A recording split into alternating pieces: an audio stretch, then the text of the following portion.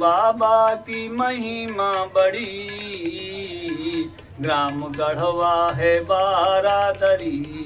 प्राणु बाबा की महिमा बड़ी, ग्राम गढ़वा है बारादरी। पहरा देती है मैया मरी, पहरा देती है मैया मरी, ग्राम गढ़वा है बारादरी। जय हो भक्तों की। आज हम परानू बाबा पहुँचे हैं। प्रयागराज से लगभग 60 किलोमीटर बड़गढ़ एक जगह है जो कि बिल्कुल एकांत में एक परानू बाबा का स्थान है। और ये पूरा जंगलों से भरा हुआ इलाका। कभी यहाँ बिल्कुल एक छोटी सी झोपड़ी हुआ करती थी जहाँ परानू बाबा की समाधि है। तो समाधि का स्थान मैं दिखाऊंगा। और यहाँ की जो पहले की कथाएँ हैं वो आज हम पंडित जी के द्वारा सुनेंगे। उससे पहले मैं आपको बता दूं, यहाँ जो भी भक्त आते हैं उनकी हर मनोकामनाएं, जो भी यहाँ श्रद्धा भाव से आता है उसकी हर मनोकामनाएं पूर्ण होती है।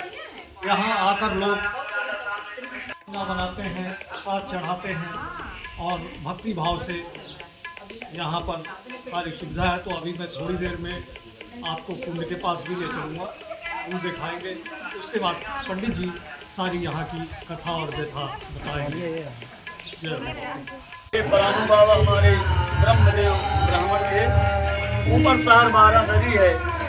राजा बघेल राजाएं थे और पंडित जी के पास एक छोटी सी तलवार थी जिसको राजा ने बुलाया, पंडित जी दरबार में बुलाया। पंडित जी गए, परानू बाबा बोले अगर आपके ऊपर कोई आक्रमण हो जाए तो कोई अस्वस्थ नहीं है। बोले हमारे पास है। बोले क्या है दिखाए तो काजल जैसे दिल्ली में तलवार जब बोले कितनी बड़ी हो गई, राजा मोहित हो गया कि आप क्या करोगे ब्राह्मणों को, इस तलवार को हमें दे दो। वो बोले नहीं मेरे पुरखों को इसको मैं नहीं दूंगा। इतना कह के दरबार से ब्रह्मदेव अपने गांव की ओर चले गए। राजा की नज़र लगी रही। एक दिन परानू बाबा अपने घर से कहीं गए थे, उनकी माता जी अकेले घर में थी। 2 सिपाही राजा ने भेजा कि जा करके उस तलवार को मंगा लो कि ब्रह्मदेव परानू बाबा यहाँ बैठे हुए हैं। और माता जी से झूठ बोल करके तलवार को ले आए। जब तलवार ले आए और परानू बाबा लौट के आए, पूछे माँ ने कहा आप वहीं थे क्या दरबार में? बोले नहीं तो। बोले 2 सिपाही आए थे और आपकी तलवार को मंगा लिया। बोले माँ आपने बहुत गलत किया। बोले बेटा मुझे पता नहीं था। और सब ठाकुरों को बताए, वहाँ पे बता के बोले चलिए भाई ऐसी बात है तो आपकी मदद करेंगे। सब लोग आए और जब चल दिए तो लास्ट में नीचे देवकुंड है वहाँ तक आए। वहाँ से बाबा लौटा दिया कि आप लोग लौट जाओ, अब वो मिलने वाला नहीं है। बाबा वहीं स्नान किया देवकुंड में और जो भी शस्त्र चाकू लिए रहे हो अपने पेट में मार लिया। और उनको समझाया कि 3 चीज़ का मत करना यहाँ पे। यहाँ ना दीपक जलाना, ना घर बनाना और ना किसी के सामने ताल ठोंकना। यहाँ ताल नहीं ठोंकना। ये 3 चीज़ बढ़ती है तो सुखी रहोगे। चाकू मार के यहाँ लुलुहान आ करके यहीं पर जहाँ चरण इनका चरण पादुक बना हुआ है गिर गए। यहाँ गिर जाते हैं तो यहाँ ब्रह्मदेव बरम हो जाते हैं। माता आई, बोली बाबा आपको शायद तो अन्याय हुआ है। हमारी माता है बगल में पहरा देती हैं। बोली बाबा क्या चाहते हो? देवी जो चाहो करो। देवी शहर पर बारादरी जाती है और क्षण मात्र में पूरे राजाओं को नष्ट कर देती है। तो बाबा बरम हो जाते हैं। बरम हो जाने के बाद एक औरत थी जिसके पेट में बच्चा था। बाबा हमारी माता चल दिए तो बोली कहाँ जा रही? बोली मैं जब कोई हमारा संतान है नहीं बचा, मुझे भी मार दो। बोले नहीं जाते तू ठीक इतनी दूर टिक कि तेरा दीपक न दिखाई दे और इसी से तेरी संतान चलेगी। आज वही संतानें चल रही है पर बाबा धाम नहीं आ सकते हैं, बाहर रह सकते हैं और देशी का ही भंडारा कर सकते हैं, न वो अंदर आके दीपक जला सकते हैं। इनकी महिमा अपरंपार है। प्राणु बाबा की महिमा बड़ी, ग्राम गढ़वा है बारादरी।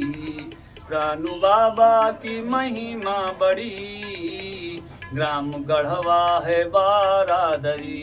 पहरा देती है मैया मरी, पहरा देती है मैया मरी, ग्राम गढ़वा है बारादरी।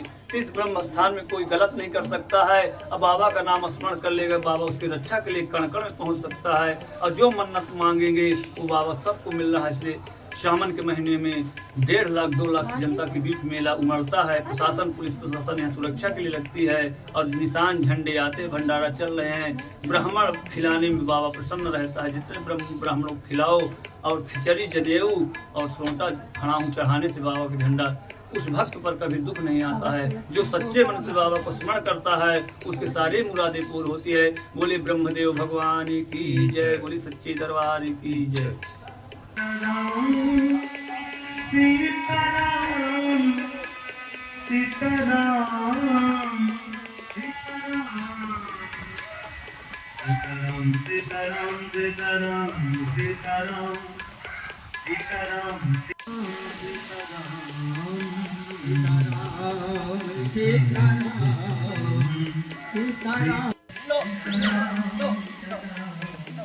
क्या मेरे को भी चाहिए।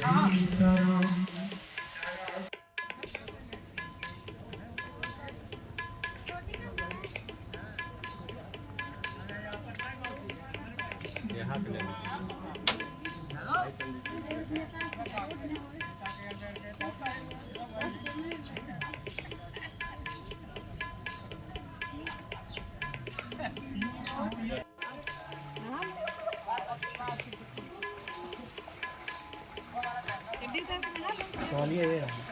तौलिया पहन के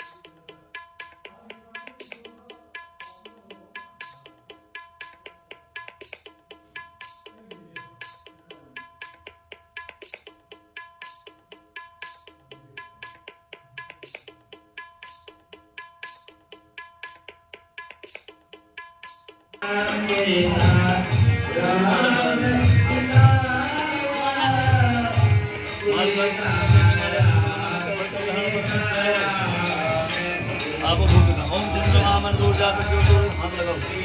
चंद्रमा मन दूर जाकर जो